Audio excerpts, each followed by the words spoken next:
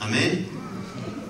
Para mí volar no es un hobby tampoco, pero si tienes que volar, pues vuelas y pones tu confianza en el Señor. Y si tienes que salir de la casa, sales, porque tienes que salir de la casa. Y no vas a estar pensando que a la vuelta de cualquier esquina te espera algo malo. El temor no viene de Dios, y necesitamos ser liberados de nuestros temores. Amén. En esta noche yo voy a clamarle al Señor: libera a tu pueblo del temor, cualquier temor que tengamos, porque Dios quiere a su pueblo libre. Amén. Y también está el otro aspecto. Ya hablamos de cómo nos afecta la opresión físicamente, nos afecta emocionalmente y nos afecta espiritualmente. Y también tenemos que discernir si la opresión del enemigo nos está afectando espiritualmente. ¿Cómo me doy cuenta, Padre, que el enemigo me está afectando espiritualmente o que necesito yo liberación en el espíritu? Cuando tú ya no tienes deseo de orar, cuando has abandonado el deseo de orar como orabas antes, eso es ya señal de opresión del enemigo espiritual. Cuando no pones la fe en los sacramentos y ya no vas a misa, tiene necesidad de liberación espiritual. ¿Por qué? Porque hay algo que espiritualmente está cegando tus ojos y que no te deja ver el poder y la verdad que hay detrás de Jesucristo. Amén. Cuando, por ejemplo, un hermano o una hermana se meten a otra denominación y dejan la iglesia católica, hay opresión espiritual. ¿Por qué? Porque estás dejando la iglesia verdadera para meterte por la iglesia del panderete. ¿Por qué? Porque sí, podrán tocar, tienen pandero y tienen música, pero no tienen los sacramentos. Estás dejando la Eucaristía para irte a una iglesia donde solamente canta. No le vaya a pasar lo que le pasó a unos hermanos de Lorenz, que estaban en una comunidad protestante y muy contentos de ellos, de su comunidad evangélica, hasta que un día el pastor se mudó a Florida y puso un letrero afuera de la iglesia: se vende iglesia con 45 fieles. Así digo, hasta los fieles lo estaban vendiendo. Amén. Y yo dije: ay, bendito sea el Señor. Dije: esto nunca va a pasar en la iglesia católica, nunca, porque hay una autoridad vigilante sobre la iglesia católica. Y si se muda un sacerdote de la parroquia, pues te mandan otro. Y siempre hay un obispo, siempre hay alguien que está como buen pastor cuidando por las ovejas. Amén. Pero entonces tú puedes tener opresión física, emocional o espiritual. Vamos a leer la palabra de Dios para ver un ejemplo bíblico de lo que estamos hablando. Y para que vean que esto está desde el tiempo de Jesús y qué es lo que Jesús nos pide, qué arma nos da Jesús para liberar. Nos vamos a ir al Evangelio de Marcos, capítulo 9, versículo 14. Marcos 9, 14. ¿Quién trajo su Biblia? A ver, amén. ¿Quién viene armado con la palabra del Señor? No levante la mano, levante la Biblia, a ver si es cierto. Amén. Amén. Yo quisiera ver más Biblias aquí en este grupo oración. Ana María, vamos a jalarle la oreja aquí a esta gente. Yo quisiera ver más Biblias aquí en este grupo oración. Si usted viene a llenarse de la palabra de Dios, traiga su palabra. Aquí la va a aprender, ¿verdad? Y si no sabe todavía leer la Biblia, pues aunque sea le sirve para taparse la lluvia o lo que sea, o darle a uno. Pero tráigase su Biblia. Amén. Bueno, los que no trajeron su Biblia, como conejo, hermano, chiquitos y orejones, ¿verdad? Para poner atención.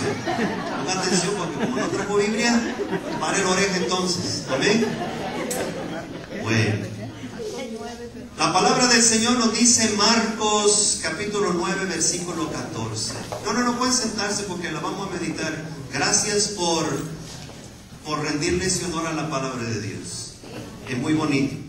Cuando se lee el Evangelio generalmente nos ponemos de pie, pero como estamos en una asamblea, lo vamos a tomar así sentados para meditar en lo que estamos diciendo, ¿verdad?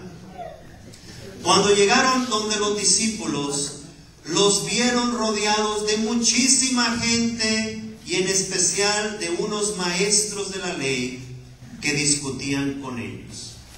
Al ver Jesús, la gente quedó sorprendida y corrieron a saludarlo. Él les preguntó, ¿qué estaban discutiendo con ellos? Y uno en el gentío le respondió, Maestro, te he traído a mi hijo que tiene un espíritu mudo, que en cualquier momento se apodera de él y lo tira al suelo, y el niño echa espuma por la boca, rechina los dientes y se queda rígido. Les pedí a tus discípulos que echaran a este espíritu, pero no pudieron. Él le respondió, ¿qué generación tan incrédula? ¿Hasta cuándo tendré que estar con ustedes? ¿Hasta cuándo tendré que soportarlos? Tráiganme al muchacho. Y enseguida se lo trajeron. Apenas vio a Jesús, el espíritu sacudió violentamente al muchacho, que cayendo al suelo se revolcaba echando espuma por la boca. Entonces Jesús preguntó al padre, ¿cuánto tiempo hace que le pasa esto? Y él le contestó, desde niño, y muchas veces el espíritu lo lanza al fuego y el agua para matarlo. Por eso, si puedes hacer algo, ayúdame. Ten compasión de nosotros. Jesús le dijo, ¿por qué dices si puedes? Todo es posible para el que cree. Al instante, el padre gritó, creo, pero aumenta mi fe. Y cuando Jesús vio que se amontonaba la gente, ordenó al espíritu malo, espíritu sordo y mudo, te mando que salgas y no entres más en él. Se oyó un grito tremendo, el espíritu lo sacudió y lo tiró al suelo antes de salir, dejándolo como muerto. Y muchos creyeron que había muerto. Pero Jesús, tomándolo de la mano, lo levantó y el muchacho se puso de pie. Cuando entró en casa, sus discípulos le preguntaron en privado, ¿por qué nosotros no pudimos expulsarlo? Y él le respondió, esta clase de demonios de ningún modo puede irse sino mediante la oración. Palabra del Señor. Bueno, hay varios elementos en esa lectura, pero yo quiero que ustedes vean que todo lo que estábamos diciendo antes casi se estaba confirmando, ¿verdad? Nos narra la historia de que los discípulos estaban rodeados de mucha gente y obviamente se veía que estaban discutiendo algo. Un padre había traído un muchacho que tenía, ¿qué cosa tenía el muchacho? Un espíritu de mudo. ¿Un espíritu qué? Sordomudo, ¿verdad? Y era un papá que le había dicho a los discípulos de Cristo que por favor lo liberaran. Amén. Aquí me quiero entretener un poquito. ¿Por qué el papá había ido a los discípulos de Cristo? La respuesta lógica a esa pregunta es porque Cristo ya le había dado autoridad a los discípulos de ir a liberar y sanar a su pueblo. Y aunque la mayoría de las veces los discípulos veían frutos de su trabajo pastoral,